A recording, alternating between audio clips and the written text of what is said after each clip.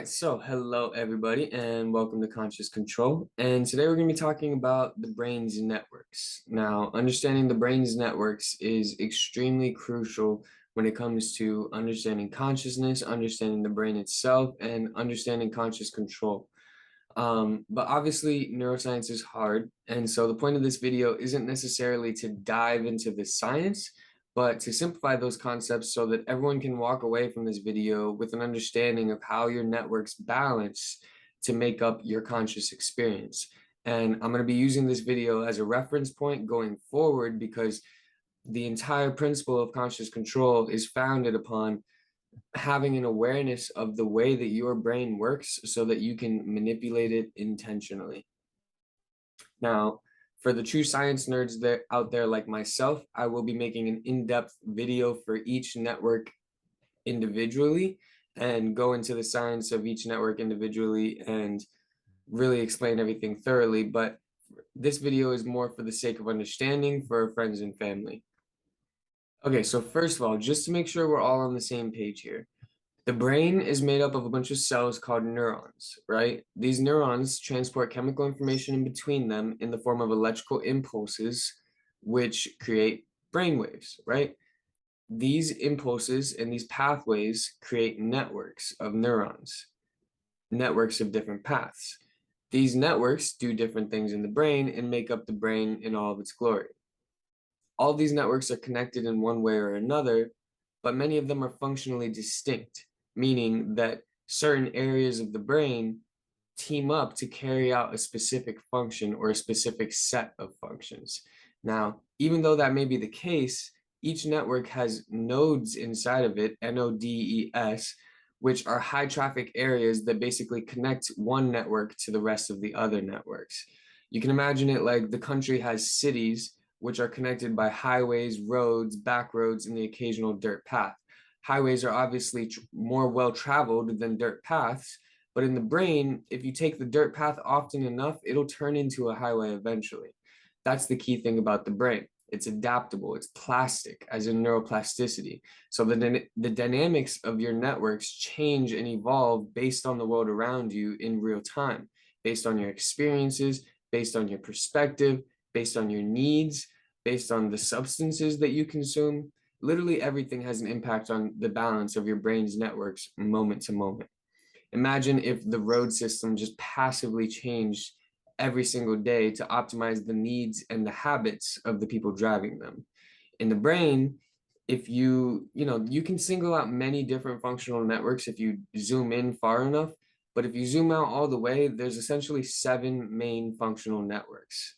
Now, when it comes to conscious control, I like to separate these 7 networks into 2 groups. The first 3 are going to be your passive systems, which are kind of just responsible for doing things that you are not consciously aware of, you don't have very much control over. And then the other 4 networks are more of the higher level cognitive functions that you actually do have some control over. So when we're talking about conscious control specifically, I'm not really concerned with the first 3 systems as far as being able to control and manipulate them. It's more of being aware of how those 3 systems influence and go hand in hand with the other 4 networks. So that being said, the first 3 systems are going to be your sensory motor system or your somatomotor system, your visual system, and your limbic system, okay? So first of all, you have the sensory motor system. The sensory motor system is essentially what processes all of the things you sense in your motor movements and turns those inputs into outputs. If you think of your brain as this really complex computer, and then you make an analogy to a smartphone, right?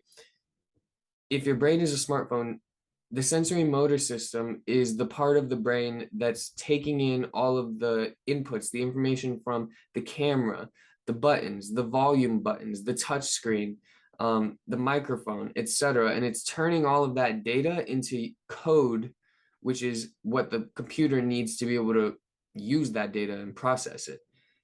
That's what the sensory motor system does. Except you as a person obviously sense way more than your phone does as a phone, despite how creepy Siri may seem sometimes. To dumb it down to even just the 5 senses is slightly insulting. I mean, Life gets crazy. We're humans. We feel so much. We're aware and sense so much in life. All of your feelings, your gut feelings, the things that come from your emotions, the pits in your stomach, just the vibes that you feel. We sense all of those things. That's your sensory motor system processing all of that simultaneously and putting it into one fluid experience that you, as the first person observer, are experiencing. So the next system that we're focusing on is the visual system. And the visual system is essentially exactly what it sounds like, but many of you may not realize how large and impressive it actually is. Humans rely on eyesight more than pretty much any other animal in the animal kingdom besides birds of prey, and statistically we have better visual acuity, which is the clarity of your vision at a distance, than any other animals besides birds of prey. In fact, most animals in the animal kingdom, their brains are wired more to run on scent and taste than vision at all, except us. We use our vision for pretty much everything if we're able to. And it's funny because the eyes are actually at the front of the skull. They're one of the only parts of your brain that's physically outside of the skull. And yet the visual system is actually in the back of the skull. So the information that's being picked up by your eyes and the light that's being processed is being turned into usable information and passing through almost every other network in the brain during that process. And the things that our eyes are able to do is pretty incredible, really. I mean, when you think about figuring ground, being able to adjust your point of focus, when it's raining really hard and you're driving in the car and the raindrops on the windshield are blurring the image, but yet your mind just ignores those raindrops and sees the image past it so that you can drive safely. Or when you catch something in your peripheral vision that scares you or startles you, and immediately your eyes lock onto it without a second thought. Or how the ceiling fan above you looks like a total blur when you kind of just take it as one picture, but if you focus on one single blade of the fan and follow it, all of the blades suddenly turn into slow motion. Or when you're driving in the car and you look off to the side on the highway and see the forest, you can choose to look through the different levels of the forest. These are all things that your brain is doing essentially passively, with your vision, and with so little effort that you don't even realize that you're doing it half the time. It's just sort of natural. And when you think about human interactions too, I mean, eye contact, mirror neurons, body language, facial expressions, emotional empathy, arousal, pattern recognition, problem solving, all of these things are visually dependent and things that we take for granted. I mean, your visual system is integrated with everything that you do. And these are things that seeing people take for granted. In fact, it's actually very interesting how the brains of blind people versus seeing people would be different in this aspect. Okay, so we just talked about the sensory motor system and the visual system. And the third system in this group of three is going to be the limbic system. Now, the limbic system is one of the more ancient systems in the brain. It was probably one of the first ones to evolve in humans and mammals in general.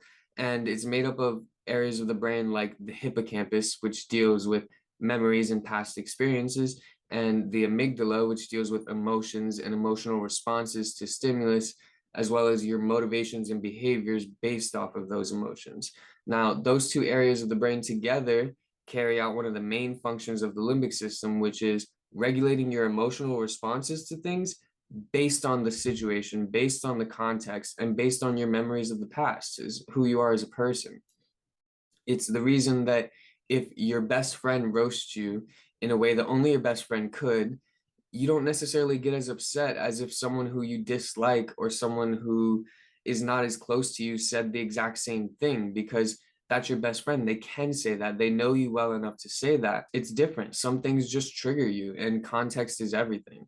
Another part of the limbic system is going to be the hypothalamus, which essentially regulates all of your other bodily functions, your heart rate, your blood pressure, your body temperature, sex drive, things like that, things you're not usually aware of, sort of the passive functions or what's called homeostasis.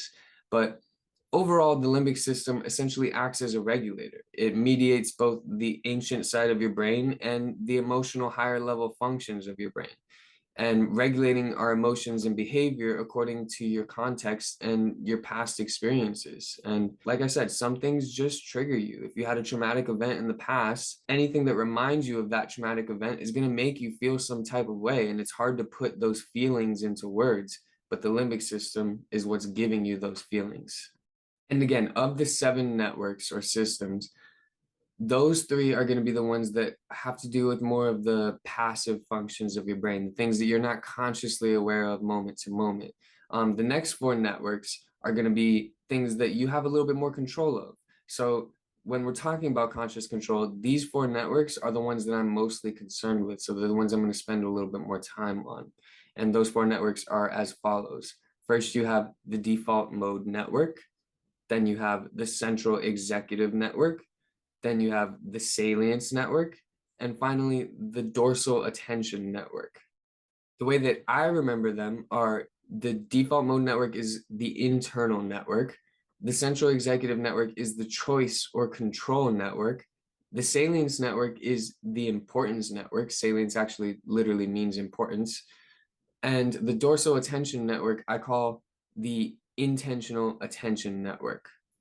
I understand this is getting a little bit more in depth into the science, and that's okay because I kind of have to walk a line here of not reducing the information so much that I lose the value of what I'm trying to portray here, but also putting these terms and these concepts in a way that's digestible for most of the population to understand. So I promise if you go back through this video a couple of times and you can familiarize with this yourself with these concepts and this information, it will open up your life in a whole new way that you're not really expecting yet. So now we're going to dive into the networks individually. First, you have the default mode network, or again, as I like to call it, the internal network. The default mode network is essentially responsible for internal sensation and perception.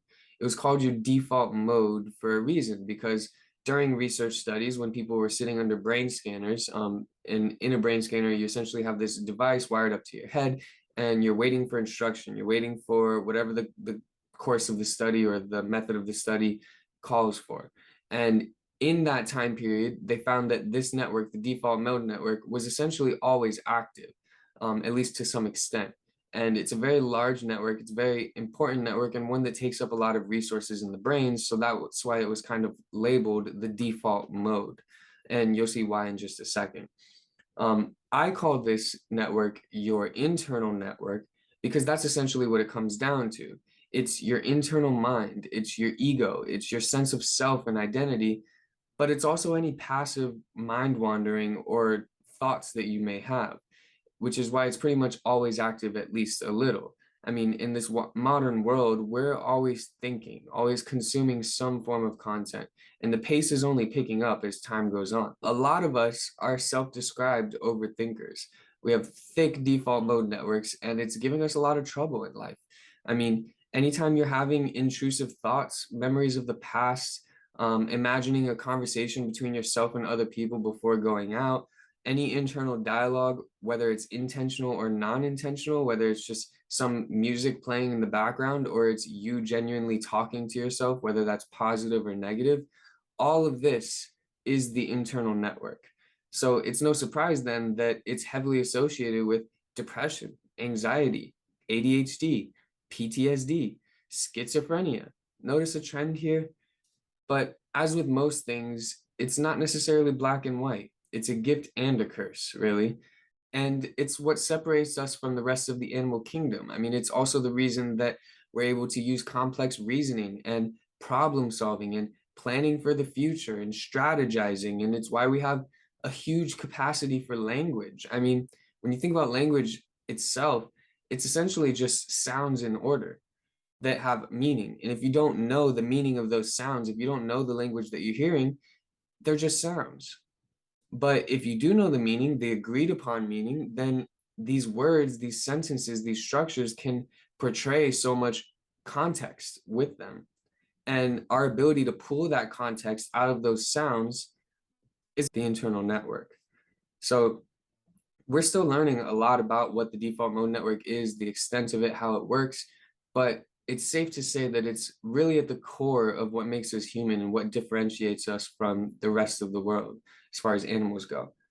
After you have the default mode network comes the central executive network, or again, as I like to call it, the choice or control network. The central executive network also lives up to its name and can generally be thought of as the control room for the brain. It takes in all of the information that you receive from all the other networks, your memories of the past, your current sensations, your internal drives and motivations, your personal preferences, your essence as a person, and it integrates all of these things into your working memory so that you as a human can consider the options and then allows you to make the executive decisions that guide your behaviors. It allows you to decide and then act. But in order to make a decision, you have to perceive the options as well. That's why I call it your choice or control network. If you think about it like the Disney movie Inside Out, with the different emotional characters inside the brain controlling this person through a bunch of different buttons and switches and such. Your choice network is essentially you, your essence, your soul, your first person perspective as a human being in that control room, getting the data and pressing the buttons, contemplating all your choices, all the variables involved in the decision, figuring out which choice you may prefer, and then being able to actually press the button and make that decision. So it's needless to say that it's very, very important. And a lot of us need to make better decisions in life. And training your control network can have huge impacts in your life and ultimately help you help yourself. Not only that, but it's also no surprise that along with the default mode network, a lack of efficiency in your control network or a lack of effectiveness in your control network is heavily associated with almost every single mental illness there is. Okay, so the next network is the Salience Network or the Importance Network. And ironically, it's extremely important. In fact, when it comes to conscious control, it's probably one of the most important networks that there is. The Importance Network's role in the brain is largely centered around attention, the division of attention, and ignoring things based on their level of importance, basically prioritizing what you're going to give your attention to.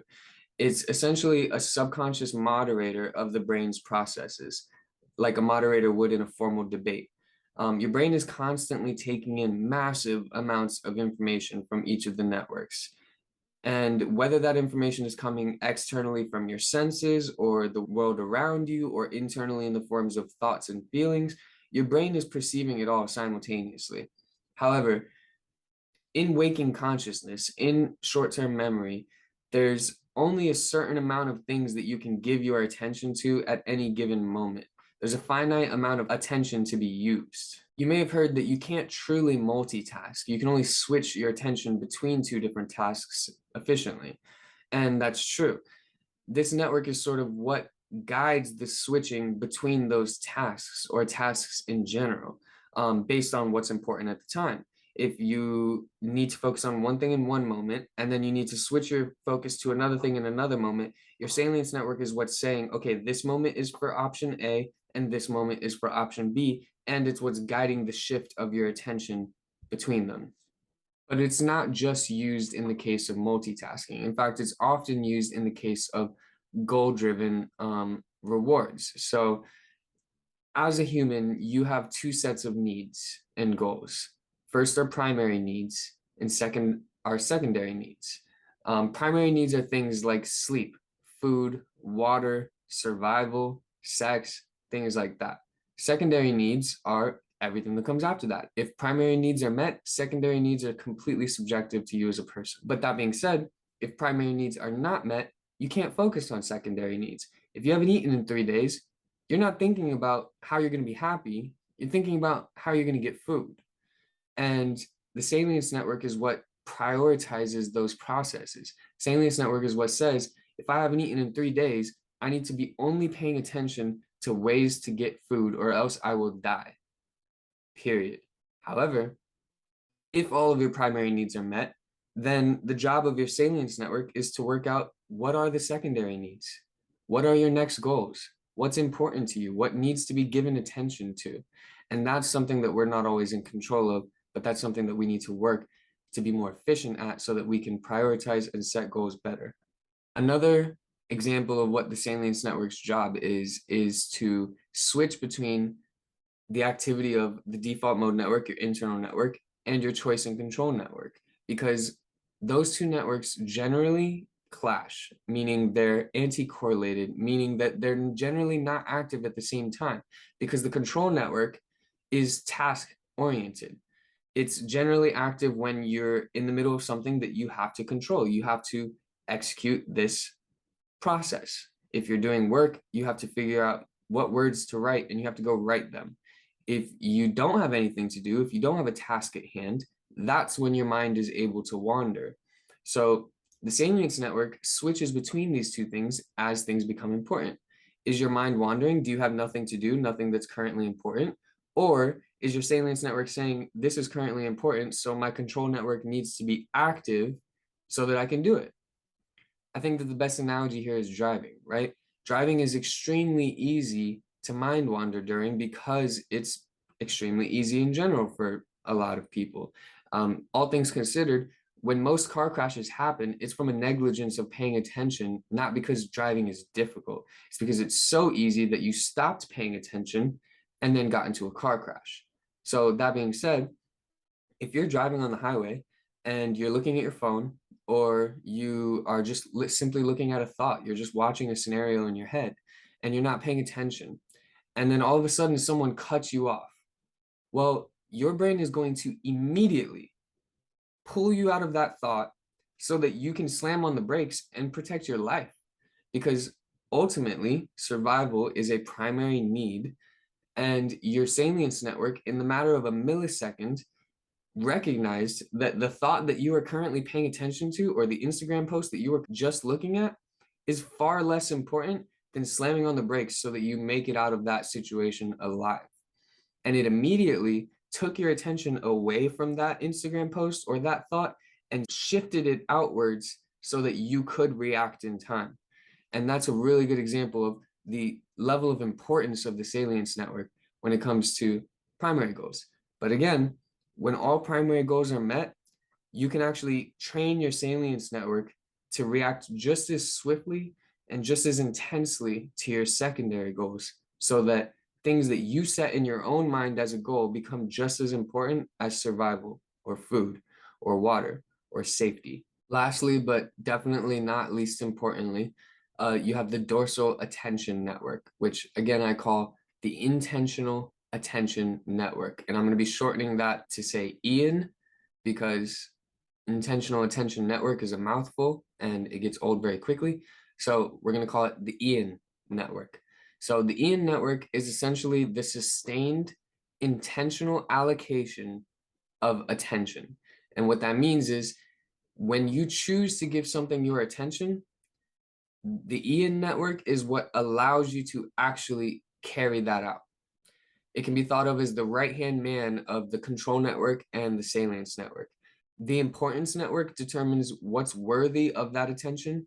The control network makes the decision to allocate that attention, and the Ian network is what actually carries out and sustains that attention.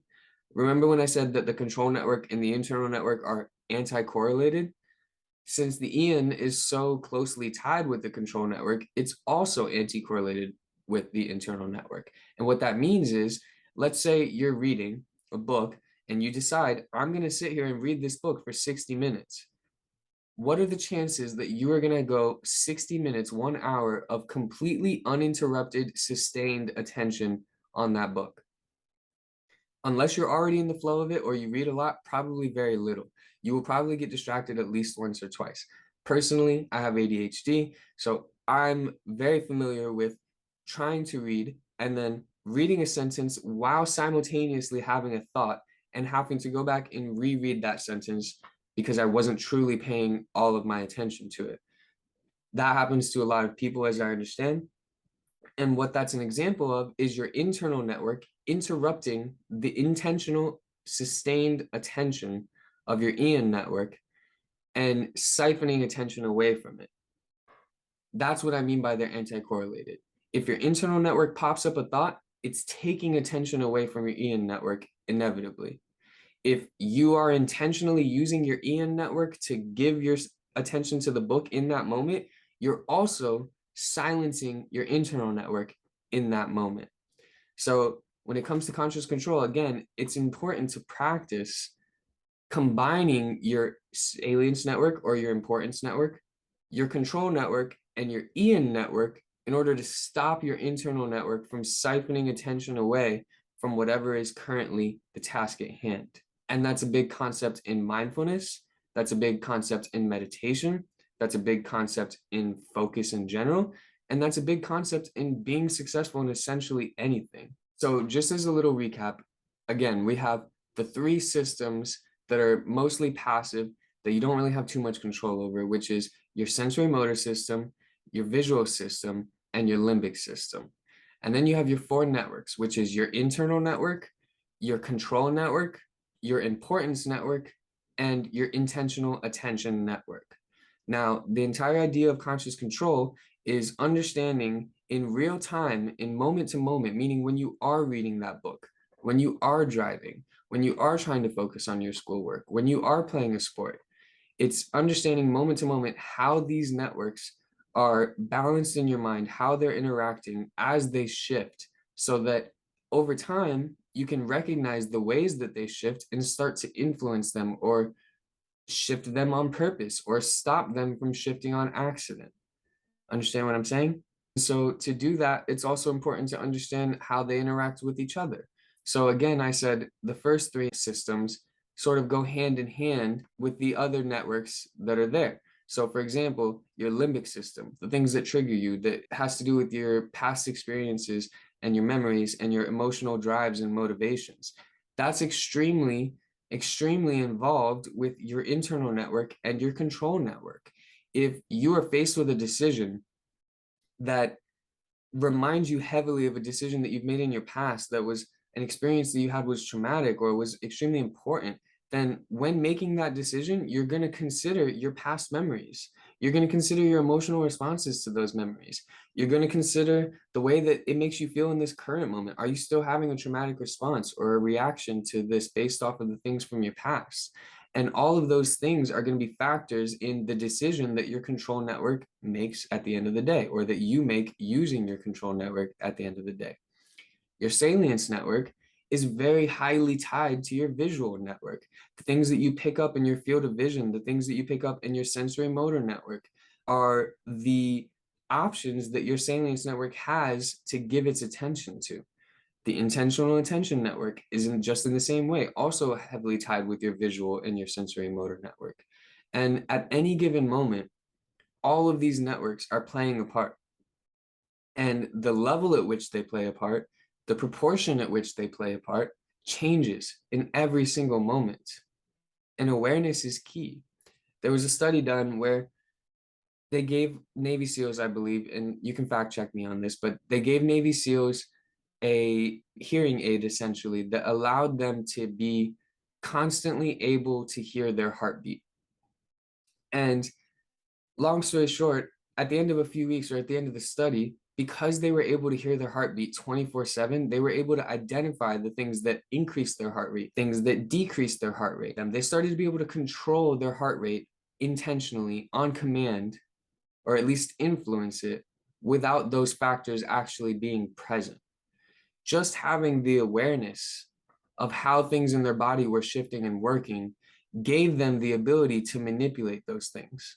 And so the idea of conscious control here is that if we can understand the brain's networks, if we can understand the balances that have certain outcomes, then we can start to manipulate the balances and influence the outcomes. And at the end of the day, that's also what makes us human. It's what can I do in this current moment to change the outcome in a way that's more favorable for me. And if you can do that within your own mind, then everything you do becomes more powerful. Manifesting becomes more powerful. Delayed gratification becomes more powerful. Everything that you do becomes more powerful. And that's really what I hope to bring with conscious control. What I hope to bring to the table, the value that I hope to bring, is the information for you individually to become aware of the things that are happening in your own mind and your own body, so that you individually, based off of your goals, your primary and secondary subjective needs, you can choose the ways in which you need to make your life better. Anybody who is selling you a cure to your mental health, anybody who's selling you habits that will make you rich, is lying to you. The only person that can change things within yourself is you. The only person that can decide which way to change things to be more positive and more beneficial for yourself is you. But it takes awareness, it takes background knowledge, and it takes practice. And that's what I hope to bring: the knowledge and the practice. And I hope this helps. If you have any questions or comments, feel free to leave them below. Don't forget to like and subscribe. And I will be reaching out and engaging with everybody who responds to this video. So thank you.